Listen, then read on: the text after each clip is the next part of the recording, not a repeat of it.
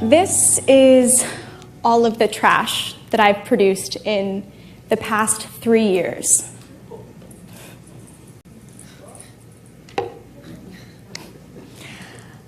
When I say that, people think that I'm crazy or that I'm lying, or they'll ask me questions like, hey, so how do you wipe your butt?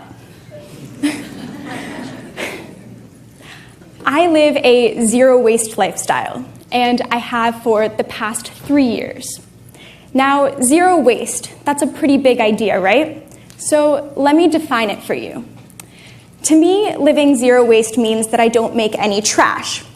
So no sending anything to landfill, no sending anything in a garbage can, and no spitting gum on the ground and walking away, right? No trash. This is a big concept. And this all started when I was an environmental studies student at NYU. And so I made a decision in that moment. I was going to stop using plastic. Well, quitting plastic. Not so easy of a thing, right? When you think about your everyday life, you wake up in the morning, you go into the bathroom, and you brush your teeth. What is your toothbrush made out of? Plastic. What is your toothpaste probably packaged in? Plastic. Your face wash, your moisturizer, your contact solution. So many things that are in our everyday lives come packaged in plastic. And so I realized that if I was going to move away from plastic, the only way that I was going to be able to do that was to learn how to make my products myself.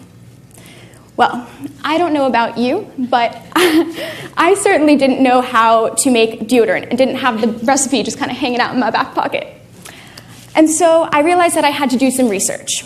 And while I was doing research online, I came across a blog called The Zero Waste Home, started by a woman named Bea Johnson, who's a wife and mother of 2 kids out in Mill Valley, California. And the 4 of them live a completely zero waste life.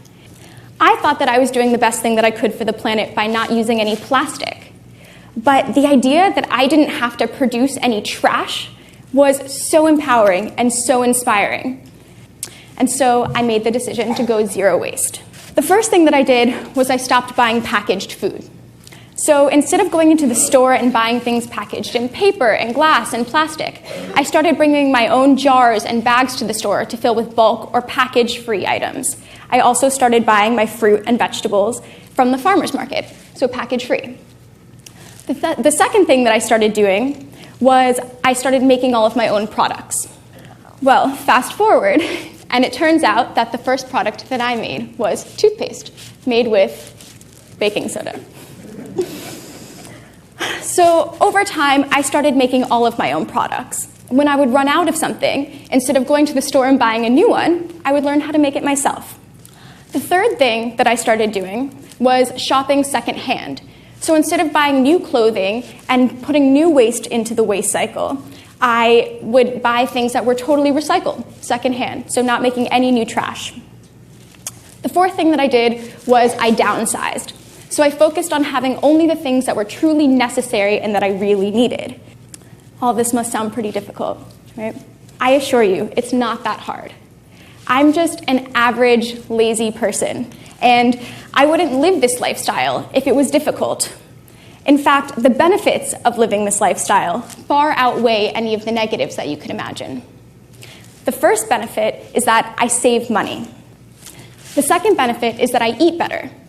When I go shopping now, I don't have the option to buy processed food products package-free. And so now my diet consists of things like fresh fruit and vegetables. And so when you eat better, you feel better. I've noticed that over these past few years, my weight has stabilized, I have more energy, I need less sleep. And when you're eating better, and you feel better, and you save money, you're happier. And why is this important, right? Waste. Well, waste is a really big problem. In fact, the average American person produces approximately 4.4 pounds of trash per person per day. Over the course of a year, that's like taking 8.5 of your best friends and throwing them in the trash. Don't do that. It's not nice. So if you care about your friends and you don't want to throw them away, and you think that it's possible for you to possibly reduce how much trash you're producing, I have 3 simple steps for you. The first step is to actually look at your trash and understand what it is, because you can't solve a problem of having a lot of waste until you know what it is. So when I did this exercise, I realized that I had 3 main sources of trash. The first was food packaging, and so I learned how to shop in bulk or package-free. The second was product packaging, and so I learned how to make all of my own products. And the third was organic food waste, and so I learned how to compost. And just by identifying those 3 sources of waste and eliminating them, I had reduced my trash by about 90%. The second thing that I like to suggest is picking at the low-hanging fruit. So doing little things, one-time changes in your everyday life that have a large-scale and long-term positive impact.